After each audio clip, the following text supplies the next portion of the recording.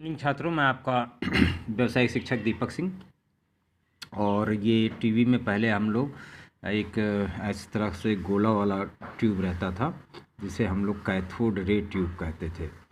और अब तो खैर फ्लैट टीवी आ गई एलईडी वाली, लेकिन स्टार्टिंग यहीं से थी, बेसिक सिद्धांत यहीं से था। मोनोक्रोम को हम लोग ब्लैक एंड वाइट टीवी भी कहते हैं, पिक्चर ट्यूब।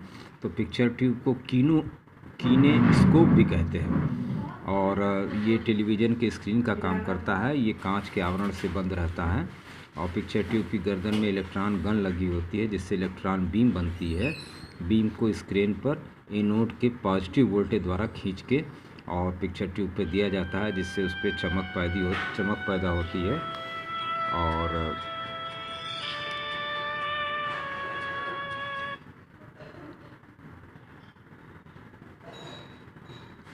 2 मिनट रुक के बेटा। और इसमें आपको थोड़ा बीच में फ़ोन आ गया था इसलिए मैंने आपको डिस्टर्ब किया, सॉरी। और मोनोक्रोम पिक्चर ट्यूब में इलेक्ट्रॉन का ही मुख्य भाग होता है और इससे ब्लैक एंड इसमें जो फास्फोर कोटिंग होती है, इसके अंदर फास्फोर कोटिंग जिसे कहते हैं, जिसके अंदर फास्फोर कोटिंग के अंदर लगी हुई है। देखिए, आपको ये चित्र बनाने को आ सकता है।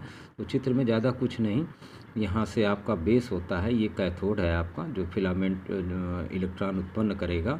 और ये कंट्रोल ग्रिड लगी रहती हैं, स्क्रीन के लिए ग्रिड लगी रहती हैं ताकि इलेक्ट्रॉन सीधी दिशा में जाए, और फोकस करने के लिए भी लगा रहता है ग्रिड। और यहाँ से सीधे इलेक्ट्रॉन इस पर पड़ के इस पर फैलता है। तो रास्टर इसके अंदर 18 किलो वोल्ट का सोचिए वोल्टेज उत्पन्न होता है।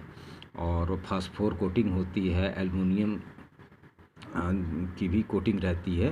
तो इससे जो है चमक उत्पन्न होती है, जो चमक आप देखते होंगे ब्लैक एंड वाइट में जो है उसी को हम रास्टर कहते हैं।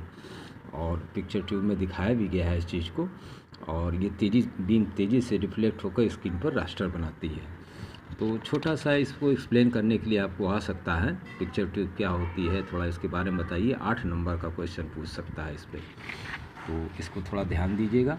और स्क्रीन फास्फोरस मतलब अलग अलग के लिए फास्फोर अलग अलग प्रयोग किए जाते हैं।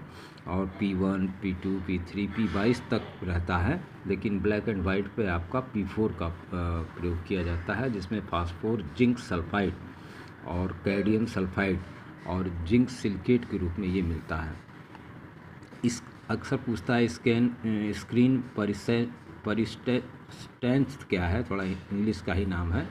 तो स्क्रीन से रोशनी जो निकलने के बाद अधिकतम मान से 1% तक घटने में जो समय लगता है उसे स्क्रीन परिस्टेंस कहते हैं। और इसमें आप एल्युमिनियम की जो स्क्रीन होती है, इसके एनोड पर करीब 10 किलो वोल्ट तक का वोल्टेज रहता है। और अगर जब भी एक आध रंग ख़राब हो जाएगा तो अक्सर जो है उसका आप देखेंगे तो नहीं सही आता है। और फेज प्लेट किसे कहेंगे? यदि गोल स्क्रीन ये रहती है तो स्क्रीन काफ़ी क्षेत्र में फैलती, इसीलिए फेज प्लेट को जो है आयताकार बनाया जाता है। तो इसका रेशो अनुपात 4.3 होता है। इसी अनुपात को हम स्पेक्ट रेशो कहते हैं। और 36 इंच की अगर आयताकार प्लेट है, ट्यूब है, तो उनके बीच बिंदुओं के बीच की दूरी 36 सेंटीमीटर कहलाएगी। और 1.5 सेंटीमीटर की मोटाई उतनी ताकत भी देती है जिससे ये सहन कर सके। डिफ्लेक्शन एंगल क्या है? तो ये अधिकतम एंगल झुकाव जिस पर बिना दीवार पर टकराए इलेक्ट्रॉन बीम में डिफ्लेक्शन हो जाता है। ये 70 डिग्री, 90 डिग्री, 110 डिग्री, 114 डिग्री तक होता है। तो इसको भी आप थोड़ा सा हल्का से समझने की कोशिश करें। ये 110 डिग्री तक देखिए आपको दिखाया हुआ भी है। डिफ्लेक्शन कोण ये पूछ लेता है आपसे कभी कभी, ये इम्पॉर्टेंट भी है, ये पूछता है। तो इसको भी थोड़ा सा ध्यान में रखिएगा। पेज हमने डाल ही दिया है ग्रुप में, थोड़ा उसको भी पढ़ लीजिएगा। एनोड पर जो वोल्टेज होता है, तो पिक्चर ट्यूब की एनोड ग्रेफाइट कोटिंग से बनाई जाती है, ये याद रखिएगा। और इसे हम एक कोड भी कहते हैं। और 19 इंच का अगर मोनोक्रोम मतलब वही ब्लैक एंड वाइट, इस पे 18 किलो वोल्ट अर्थात 18,000 वोल्ट रहता है।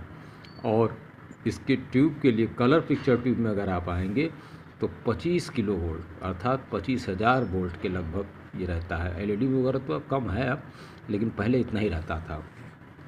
और रंगीन टेलीविज़न की अगर बात करेंगे हम, तो इसमें हर बिंदु पर फास्फोर की कोटिंग होती है और 3 मौलिक रंग होते हैं, जिसमें कि लाल, हरा और नीला। ये हमेशा